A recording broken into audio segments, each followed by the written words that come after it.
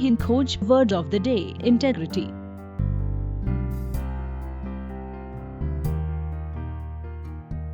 Integrity का हिंदी में मतलब अखंडता होता है।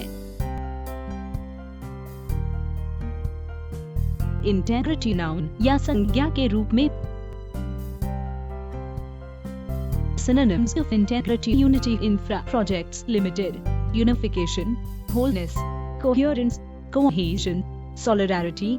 Antonyms of integrity: disunity, diversity. Example: Mark Zuckerberg said that Facebook is committed to ensuring integrity of elections in India.